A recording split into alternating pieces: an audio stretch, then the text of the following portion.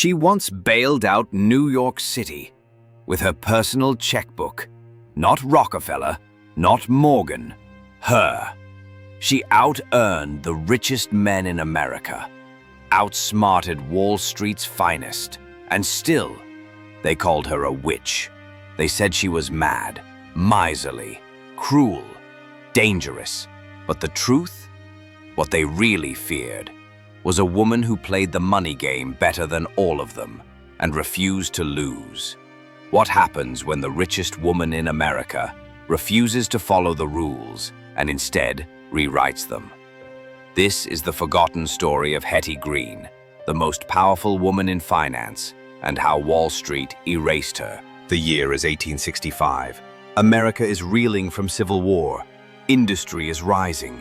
Railroads are the veins of the new economy, and money is flowing like never before. But only if you're a man. In this world, wealth means power, and power is something women are never meant to touch. But one woman doesn't wait for permission. She studies financial ledgers before she's old enough to vote, reads bond reports before she's allowed to own property. While other girls are learning etiquette, she's learning how to read the markets. Her name is Hetty Green, and she's about to break every rule the world set for her. When her father dies, Hetty inherits nearly $7 million.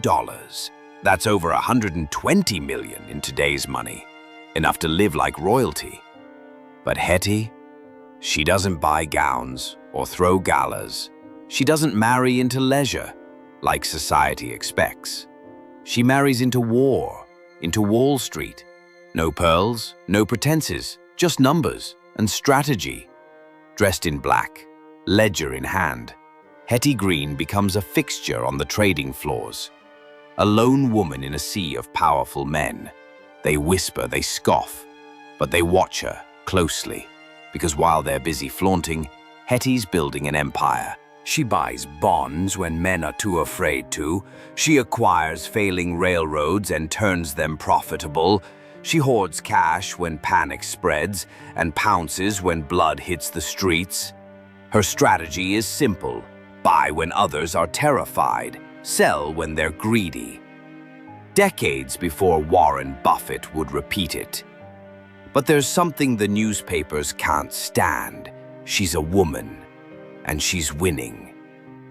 They give her a name, not genius, not visionary. They call her the Witch of Wall Street. They mock her black clothing. They say she's heartless. They print stories that she feeds her son cold porridge to save on heating costs, that she haggles over pennies while sitting on millions. But none of them print this: that she manages every cent of her fortune without a single scandal, that she refuses to gamble, bribe, or play political games, that she's beating the system that was never designed for her. Behind every headline mocking her thrift was a silent fear.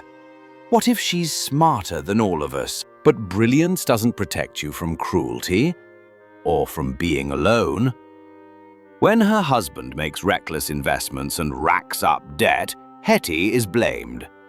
She separates from him, refuses to pay what she doesn't owe, and the press, they pounce.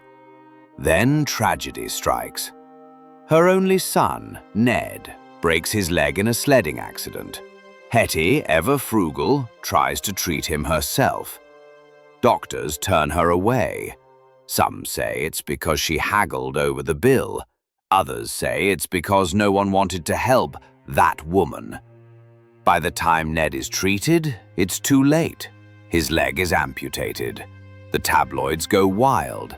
They paint her as a monster, a miser, a woman so obsessed with wealth she let her child suffer. But again, the truth is more complicated. Hetty bailed out banks. She loaned millions to New York City twice when no one else could. She kept America's financial system stable during panics with her own money. Yet no one thanked her. No statues were built. No institutions bear her name. She never joined the club. She never smiled for the camera. She never played the lady. She played to win, and they never forgave her for it. Today, we remember the names Rockefeller, Carnegie, J.P. Morgan. We teach their stories in classrooms. We name buildings, banks, even cities after them. But Hetty Green, the woman who out-earned them, who played smarter, risked more, and lost less, she's barely a footnote. Why? Because she didn't look the part. She didn't smile for society. She didn't apologize for being smarter than the men in the room. She didn't soften her power or make it palatable. And for that, they erased her. No monuments, no Wall Street firms with her name, no Netflix biopic. But maybe that's changing. Maybe now we're ready to remember her. Not just as a witch, not just as a miser, but as what she truly was, the most powerful woman in finance. Before the world was ready for one. If this story moved you, if it made you ask, why didn't I know her name? Then you already understand why we told it. There are so many more stories like Hetty's, people who changed the world and were forgotten for it. Subscribe for more untold financial legends. Comment below. Should Hetty Green be remembered alongside the giants of Wall Street? And if you think this was wild, wait until you hear about the man who was richer than kings and controlled Europe from the shadows.